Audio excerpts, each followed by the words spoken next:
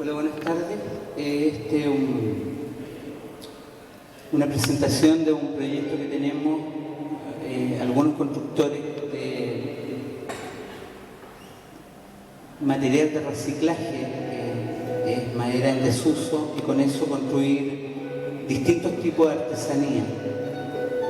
Y que en varias partes de Latinoamérica están haciendo mucho artesano reciclar, para aprovechar material que está como en desuso y hacer creaciones para no afectar tanto el medio ambiente. Esa es la visión que tenemos nosotros, o sea, ayudar a que no se tale un árbol que puede estar en la calle botado con fines de ir a un basurero o ir a una fogata. Nosotros estamos rescatando ese tipo de material y tratando de hacer instrumentos de nivel que puedan usar los músicos. Nosotros el proyecto de Charango Reciclaje lo estamos trabajando desde el año 2013 con madera que están en vertederos clandestinos o que están en algunos mercados a muy bajo costo. ¿Por qué nosotros usamos este tipo de madera? Porque una madera que nos permite trabajar un instrumento que necesita estabilidad y sonoridad. Entonces, una madera que ha estado 50 o 60 años en un mueble, en una casa, protegida de la lluvia, del mal clima, y de repente, no sé, por moda, el mueble ya dejó de ser útil, o por espacio, dejó de ser útil y la gente lo bota. Siendo que la madera está en muy buen estado, es una madera estable, maderas nobles, que ya no se encuentran en los bosques de Latinoamérica, que ya hay muy poco.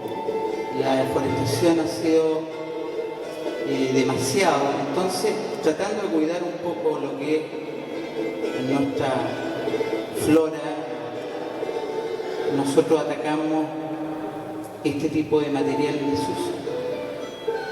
Y harto trabajo, cuesta mucho lograr un instrumento con madera reciclada, porque hay que limpiar la madera, hay que ver que no tenga clavo, que no tenga bicho, que hay mucho termita.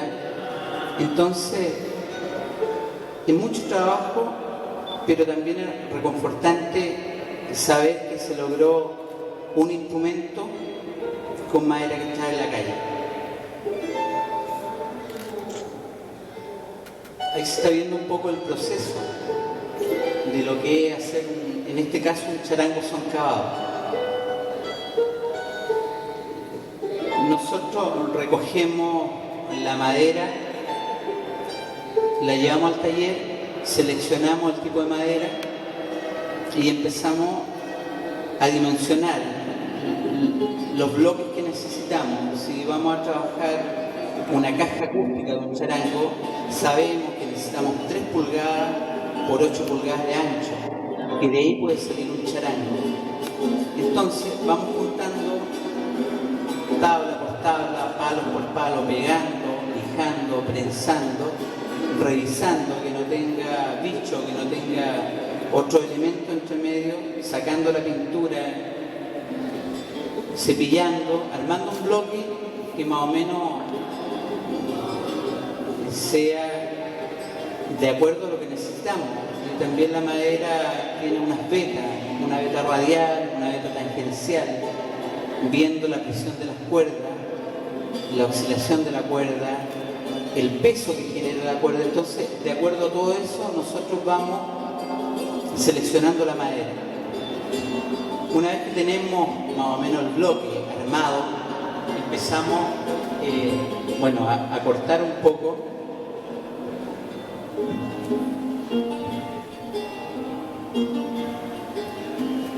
A ir cortando y dimensionando los bloques de madera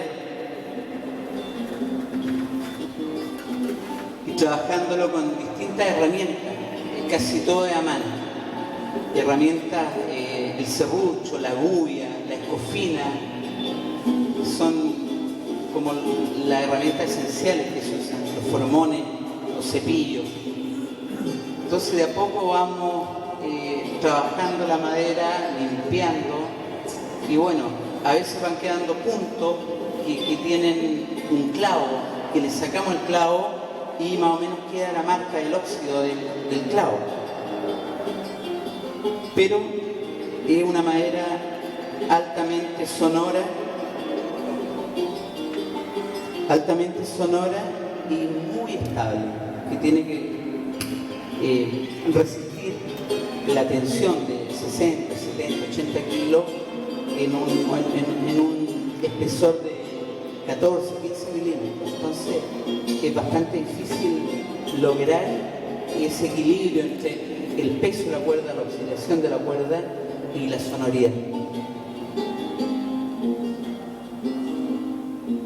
Acá está un poco de los procesos, ¿cierto? Contaba que, bueno, seleccionamos, dimensionamos, armamos un bloque acorde a lo que necesitamos en espacio y en proporciones. En esta parte estoy trabajando la tapa acústica, también tapa reciclada. Entonces uno corta un poco, marca lo que es el cuerpo del charango, en este caso, corta la tapa y después ensamblamos, probamos las medidas, los espesores, para que, bueno, el instrumento vibre un poco. Se prueban los espesores dependiendo de cada instrumento y dependiendo también del tipo de madera. Un pino abeto tiene mucha resistencia, una alercia o un cedro rojo tiene menos resistencia. Entonces ahí varía un poco el oído o el gusto que tenga cada músico o cada luthier en construir un instrumento. Ahí más o menos va la sonoridad o el sonido particular que tiene cada artesano al construir un instrumento. Esta creo que es la parte del barraje armónico. El barraje armónico es el que reparte o divide la vibración que provoca la cuerda en la tapa. Entonces es muy importante más o menos saber repartir bien todo lo que es la vibración dentro del espacio que tenemos que vibra el instrumento. El instrumento, lo que provoca el sonido del instrumento es esta parte. Esta es la parte fundamental que da la sonoridad del instrumento. De acá el instrumento es sordo, porque tiene otro tipo de madera. Acá hay una barra que hace que la tapa no se hunda y eso corta todo tipo de vibración.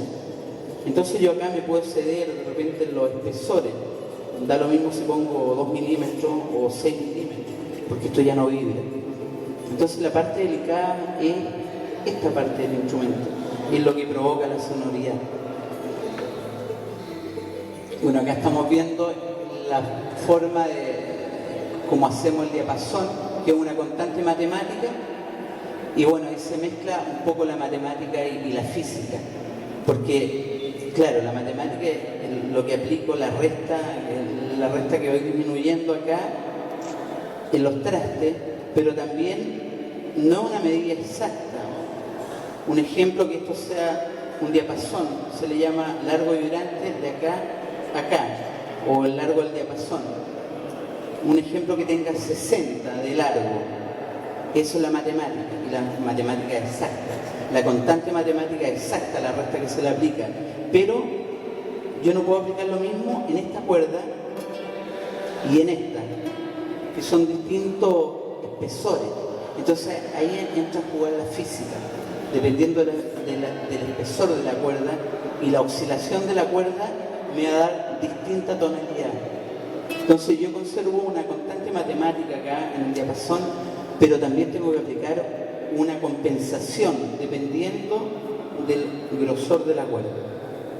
Y eso va a variar dependiendo del largo vibrante, dependiendo de la nota que sea, la octava que dé, uno va restando, jugando entre 1 y 4 milímetros en algunos casos.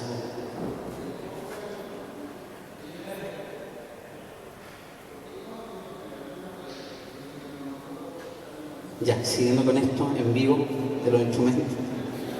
Esta es una malformación, después de todo, de la vihuela. Todos los instrumentos latinos son una malformación de la vihuela, de la que llegó. Entonces, esto viene siendo como una malformación del charango. Después de la vihuela, el charango. Este es un charango que está hecho en madera reciclada, que tiene 3 bloques de roble. Aquí se alcanza a ver bastante. Tiene el mango también de madera reciclada, el fondo y la contrapaleta son de madera de raíz de laurel. La tapa es una tapa de alerce, madera reciclada de una viga de una casa del sur. Esto es raíz de boldo y esto no es reciclado. La parte del ébano es una madera que se importa, pero un charango que tiene un 80% en su construcción madera que está en desuso, que a lo mejor su fin era un vertedero o quizás una fogatita.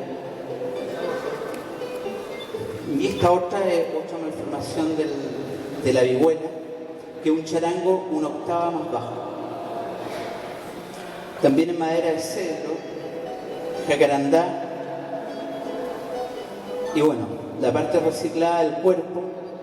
Esta es madera de piso de una casa, el jacarandá que hay acá, que es bastante vistoso, bastante lindo, tiene un dicroísmo muy bonito, pero era madera que estaba destinada para un piso, madera de piso de casa. Esto era un roulí que estaba botado, que se cepilló y se limpió y se logró hacer este instrumento que es una malformación de la vihuela, que es un charango octavado. Este es un modelo, es soncavado recto. El común de los charangos es un soncavado curvo, eso ayuda mucho al volumen, como el efecto de la concha. Producimos el volumen, el sonido acá, y el fondo curvo ayuda mucho a la fuerza del ataque del instrumento, que tiene un volumen muy considerable. El charango es un instrumento que se escucha, que proyecta mucho. Entonces, tratando de rescatar algo de ese efecto de la concha acústica, nosotros también hacemos un trabajo acá dentro del fondo, que tiene una pequeña curva. Entonces eso ayuda mucho a la proyección del instrumento. Estos son los modelos, bueno, el modelo que más o menos fabrico yo, que es en madera reciclada y un 20% en madera exportada o madera de primera que la usan los luthiers. Y eso sería la charla de la construcción de instrumentos con madera en desuso. Gracias por haber asistido y acá estaremos exponiendo con otro amigo expositor y artesano de acá de Rosario, de Buenos Aires. Estamos con los instrumentos, los que tienen un poco más de interés o que le interese más, vamos a estar ahí hablando de más o menos los instrumentos que trajimos. Muchas gracias.